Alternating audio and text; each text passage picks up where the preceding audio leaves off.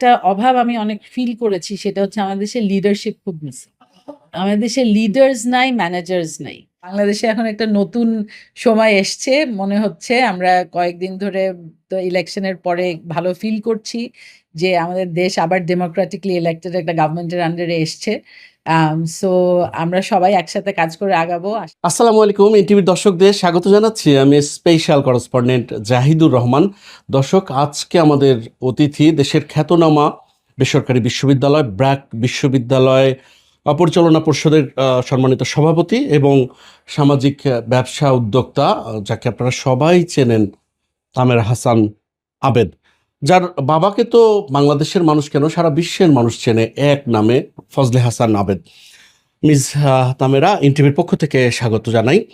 আপনার জীবনের গল্পটা আমরা আজকে শোনাতে চাই। এই যে ব্যবসা, সামাজিক ব্যবসা উদ্যোক্তা এবং একের পর এক আপনি এগিয়ে চলেছেন, অনুপ্রেরণা কোথায় পেলেন, কিভাবে শুরু হলো?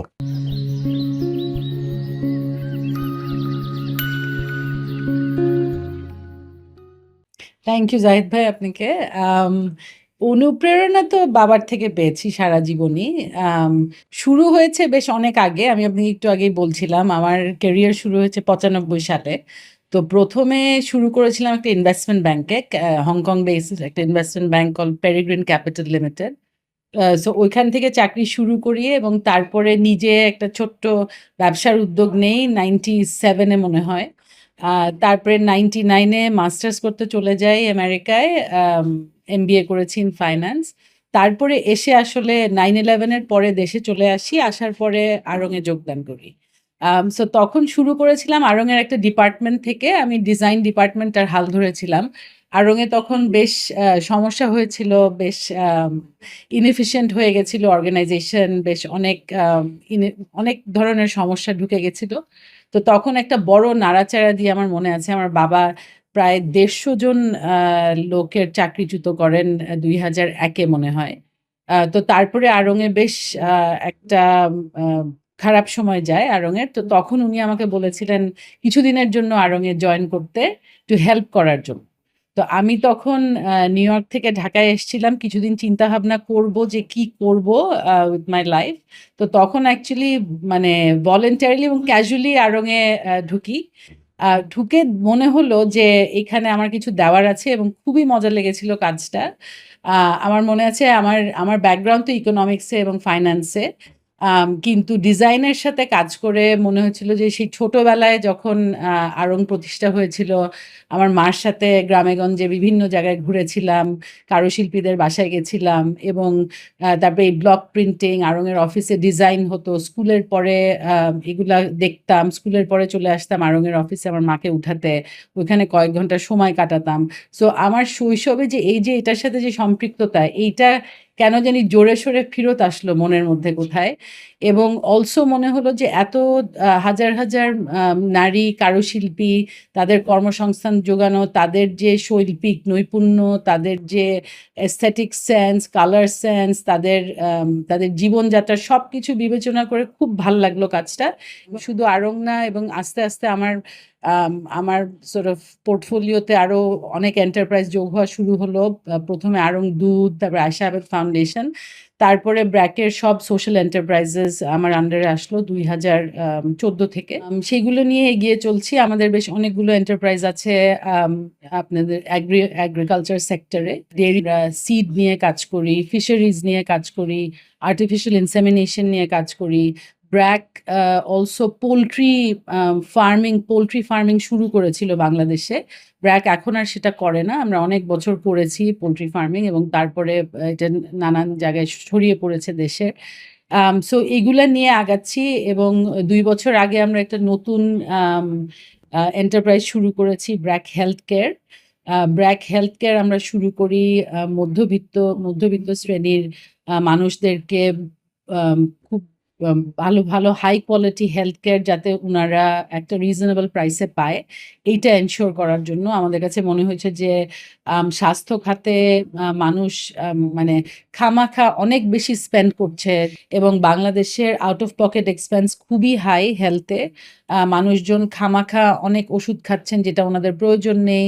খামাখা ওনারা অনেক টেস্ট করছেন যেটা ওনাদের প্রয়োজন নেই। সো এইখানে একটা রেসপন্সিবল একটা আসা দরকার, একটা একটা রেসপন্সিবল স্ট্যান্ডার্ড আসা দরকার।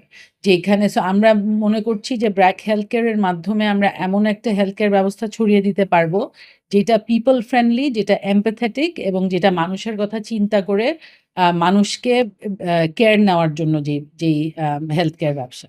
সো এইটা আমরা যদি প্রপারলি আমরা এটাকে এস্টাবলিশ করতে পারি, আমার মনে হয় যে এইটা মানুষকে এট দ্য সেম টাইম দেখাবে যে এরকম একটা শিক্ষা, এরকম একটা স্বাস্থ্য ব্যবস্থা পসিবল, অ্যান্ড অলসো আমাদের কম্পিটিটরস অন্যদেরকেও সেই স্ট্যান্ডার্ড মেনটেন করার জন্য বা মানুষের মনে একটা চাহিদা তৈরি হবে এবং সেইটা দেখানোর জন্যই আমরা আসলে হেলথ কেয়ারে ঢুকেছি, কারণ এখানে আসলে খুবই দরকার মনে হয়েছে আমাদের। সো এইভাবেই কাজ করে যাচ্ছি গত 24 বছর ব্র্যাকে।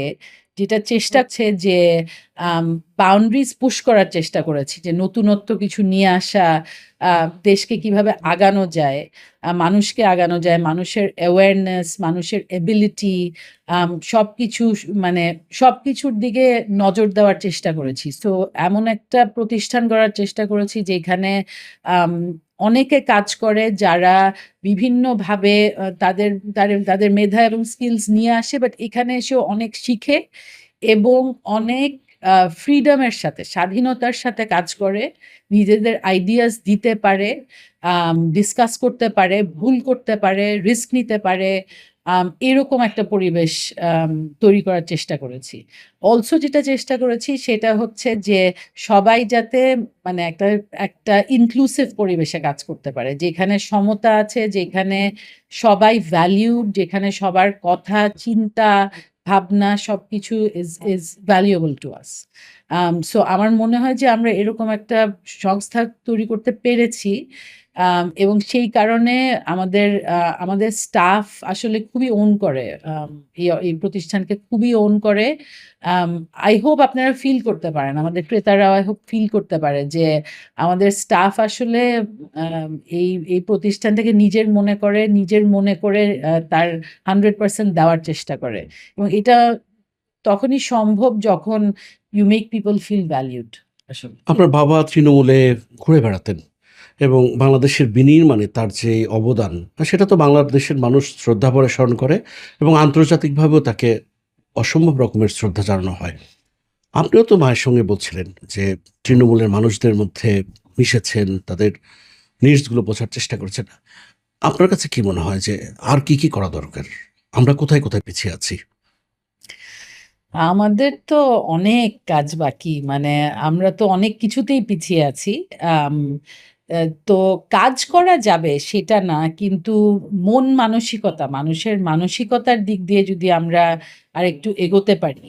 আ মানসিকতার দিক দিয়ে আমি বলব যে আমরা আসলে মানে আমাদের দেশের মানুষ কিন্তু মেধাবী, তাদের মনের মধ্যে মায়া আছে।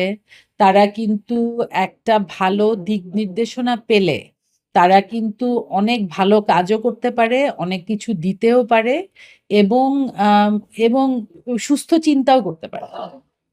কিন্তু আমাদের দেশের একটা অভাব আমি অনেক ফিল করেছি, সেটা হচ্ছে আমাদের দেশের লিডারশিপ খুব মিসিং। আমাদের দেশে লিডার্স নাই, ম্যানেজার্স নাই। সো আম এই যে মানুষ যে ইন্সপায়ার করবে, এই যে লিডারশিপ যেটার ইন্টিগ্রিটি আছে, আম লিডারশিপ যেটা রিয়েলি দেশকে আগানো নিয়ে ভাবে, এইরকম লোকের আমাদের দেশে অভাব আছে, কম আছে।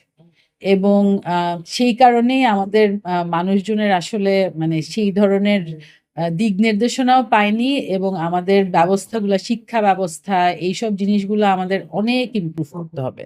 আম বিকজ অ্যান্ড আমার মনে হয় যে কাজ তো অনেক ক্ষেত্রে আছে, কিন্তু সবচেয়ে ইম্পোর্টেন্ট কাজ হচ্ছে শিক্ষা ব্যবস্থা। এবং আমাদের শিক্ষা ব্যবস্থাটাকে লিটারালি ঢেলে সাজাতে হবে সব লেভেলে। না হলে আমাদের এই দুনিয়াতে আমাদের টিকে থাকা, এই এই 18 কোটি বা তারও বেশি মানুষ নিয়ে উইল বি ডিফিকাল্ট। এই যে জীবনের প্রায় অর্ধশত বছর পেরিয়েছেন আপনি, আপনার সামনের দিনগুলো নিয়ে কি ভাবেন? বাংলাদেশকে নিয়ে কি ভাবেন? বাংলাদেশকে নিয়ে অনেক কিছু ভাবি, অনেক কাজ করতে চাই, করছিও। আম আমি তো ব্র্যাক ইউনিভার্সিটিকে রিজিওনালি এট লিস্ট মানে একটা খুবই ভালো ইউনিভার্সিটি হিসাবে দেখতে চাই এবং সেইভাবে আমরা নিরলস কাজ করে যাচ্ছি কিন্তু। আম কারণ এইখানে এই যে যেটা বললাম যে শিক্ষা ব্যবস্থা এবং নেশন বিল্ডিং এর জন্য আমাদের লিডার্স দরকার। এবং সেইটা তৈরি করতে হলে আমাদের এই যে হায়ার এডুকেশন প্রাইমারি থেকে তো শুরু আছেই। কিন্তু হায়ার এডুকেশনেও আমাদের অনেক কাজ আছে এবং আমরা চেষ্টা করছি ব্র্যাক ইউনিভার্সিটির মাধ্যমে সেটা করা, বাট অলসো হায়ার এডুকেশন সেক্টরে আরো ব্যাপকভাবে এনগেজ করা। আমাদের ইচ্ছা আছে যে আমরা ব্র্যাক ইউনিভার্সিটিতে যদি ভালো একটা আম ই টিচার টিচার ইনস্টিটিউট তৈরি করতে পারি, teacher training institute, faculty training institute, তাহলে সেইটা আমরা আগামীতে দেশের অন্য হোপফুলি আমরা আশা করি আমরা ন্যাশনাল ইউনিভার্সিটির সাথে কাজ করতে পারবো। আমরা এখন নতুন সরকার এসছেন, যদি মনে করেন যে আমাদের ব্র্যাকের যে বিভিন্ন এক্সপেরিয়েন্স আছে এবং যে আমাদের সেক্টরে যে বিভিন্ন এক্সপেরিয়েন্স আছে, যদি একসাথে মিলে কাজ করার বিভিন্ন সুযোগ আছে, আম শিক্ষা ক্ষেত্রে আছে, স্বাস্থ্য ক্ষেত্রে আছে, স্কিলসে আছে, ক্লাইমেট চেঞ্জের অ্যাডাপ্টেশনে অনেক কাজ আছে আমাদের দেশে। সো বিভিন্ন জায়গায় আমরা কাজ করতে খুবই ইচ্ছুক এবং আমরা তো ব্র্যাকের একটা তো স্ট্র্যাটেজিক প্ল্যান আছেই এবং আমাদের বড় চিন্তা আছে অ্যাজ ইউজুয়াল দেশকে নিয়ে। বাট তাছাড়াও আমরা সব ধরনের সব সেক্টরের মানুষজন, প্রাইভেট সেক্টর, সরকার সবার সাথেই কাজ করতে চাই। সরকারের যেখানে কাজ করার কথা ছিল, সেখানে দেখা গেল যে সরকার সেই কাজটা করছে না। বরং ব্র্যাক তার সহযোগী হিসেবে সরকারের পাশে এসে দাঁড়িয়েছে। এটা সব ক্ষেত্রেই যদি আমি একটা প্রতারিত বিদেশ আ ফেরত শ্রমিকের কথাও বলি, সেখানেও ব্র্যাক, উপ-আনুষ্ঠানিক শিক্ষা, সেখানেও স্বাস্থ্য বলছিলেন। আপনাদের এরকম কখনো বাধার মুখে পড়তে হয়? বাধার মুখে তো পড়তে হয়। ছোট বড় বাধা আছে। কিন্তু আম মানে পারপাসটা ঠিক থাকলে আর ওটা দিয়ে যদি আপনি লেগে থাকেন সবসময়, সার্বক্ষণিক লেগে থাকেন, তাহলে কাজ করা যায়। আম কাজ সম্পন্ন করা যায়। আমাদের আ আমরা যত বড়, বড় কাজ ব্র্যাক হাতে নিয়েছে, মানে ছোটখাটো সমস্যা হয়েছে ঠিকই। কিন্তু কোনো কিছু যে থেমে থেকেছে বা আমরা করতে পারিনি তা কিন্তু না। কারণ উদ্দেশ্যটা ভালো ছিল। উদ্দেশ্যটা পিপল সেন্ট্রিক, ডেভেলপমেন্ট সেন্ট্রিক এবং আম এবং সেই কারণে মনে হয় যে বাধা থাকলেও সেই রকম সমস্যা হয়নি। সবচেয়ে বড় অর্জনটা কোথায়? মানে আপনার ব্যক্তি জীবনের কথাই যদি বলি, নিজের কাছে বেঁচে থাকা একজন মানুষ হিসাবে এই পর্যন্ত অর্জন, সেরা অর্জন কোনটা? এটা নিয়ে কোনদিন চিন্তা করিনি আসলে। ঐরকম সেরা অর্জন বলে কিছু আছে মনে হয় না। এখন মনে হয় যে আরো অনেক কাজ করার আছে, সেইটা নিয়ে এক্সাইটেড আসলে। এগুলো চিন্তা করিনি। আক্ষেপ, একটু না পাওয়া। ওইটা তো আরো চিন্তা করি না। কোনো কিছু রিগ্রেট করি না। কোনো কিছু নিয়ে কোনো আক্ষেপ নাই আসলে। আ জীবন একটা ধারাবাহিক একটা ফ্লো এবং আম মানে আপনি যদি নিজের ভ্যালুস ইনট্যাক্ট রেখে চলতে পারেন এবং আম চিন্তা, বুদ্ধি, বিবেচনা ব্যবহার করে আপনার যখন যেই সমস্যা বা যখন যেই সিচুয়েশন আসে, সেইটাকে ট্যাকেল করার মতো আ মন মানসিকতা থাকলে আম এবং সবচেয়ে ইম্পোর্টেন্ট আমার মনে হয় যে মনের ভিতরে মানুষের জন্য ভালোবাসা থাকলে আমার মনে হয় থিংস ওয়ার্ক আউট। আপনি তো নিজেই বাংলাদেশের নাগরিক হিসেবে শুনছেন যে ব্যাংকগুলোতে টাকা নেই, পাচার হয়ে গেছে একটা বড় অঙ্কের টাকা, হাজার, হাজার কোটি টাকা বলা হচ্ছে। ব্র্যাক যেখানে মাইক্রো লেভেল থেকে মাঝারি উদ্যোক্তা তৈরি করছে, ক্ষুদ্র উদ্যোক্তা থেকে একটা বৃহৎ পর্যায়ে এসে যাচ্ছে আমি দেখেছি। আর আপনাদের উদ্যোগের কথা কি বলব? ব্র্যাক ব্যাংক, বিকাশ থেকে শুরু করে মানে বলে শেষ করা যাবে না। তো বাংলাদেশ যেখানে মানে যাচ্ছে, অনেকটা আমার কাছে মনে হয় যে ব্র্যাকের কাজটা অনেকটা সাপ লুডো খেলার মতো। মানে আপনি এগিয়ে দিচ্ছেন বাংলাদেশকে ৯০ তে, আবার দেখা গেল যে এমন একটা সিদ্ধান্ত আবার ০ তে চলে আসলো। আমি কি বলতে চাচ্ছি আপনি বুঝতে পেরেছেন যে এই জরাগ্রস্ত প্রশাসন, দুর্নীতি, আমলাতান্ত্রিক অব্যবস্থাপনা সব মিলিয়ে তখন হতাশাটা কেমন কাজ করে? মাঝে, মাঝে খুবই হতাশ লাগে। আ কিন্তু হতাশ হয়ে বসে থাকলে তো চলবে না। কারণ সবকিছুরই মোড় ঘুরে। আম এবং আম একটা ফেজ মানে যায়। আপনি ইতিহাসে যদি দেখেন বিভিন্ন সময় পৃথিবীর বিভিন্ন দেশের বিভিন্ন জায়গার চেঞ্জ হতেই থাকে এবং মাঝে, মাঝে ভালো সময় যায়, মাঝে, মাঝে খারাপ সময় যায়। এটা নিয়েই বেঁচে থাকা। কিন্তু আমার মনে হয় যে হোপটা তো খুব ইম্পোর্টেন্ট।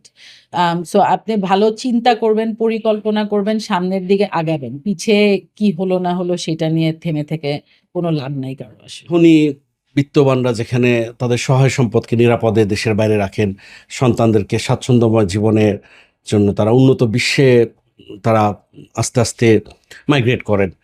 সেখানে তামেরার এত সুযোগ থাকার পরও মানে এই যে বাংলাদেশে পড়ে থাকা, এইটা তো কেন? এরকম তো প্রশ্ন তাদের ক্ষেত্রে হতে পারে যারা দেশ পাড়ি দিচ্ছে, আবার যারা দেশকে আঁকড়ে ধরে আছে তাদের কাছেও।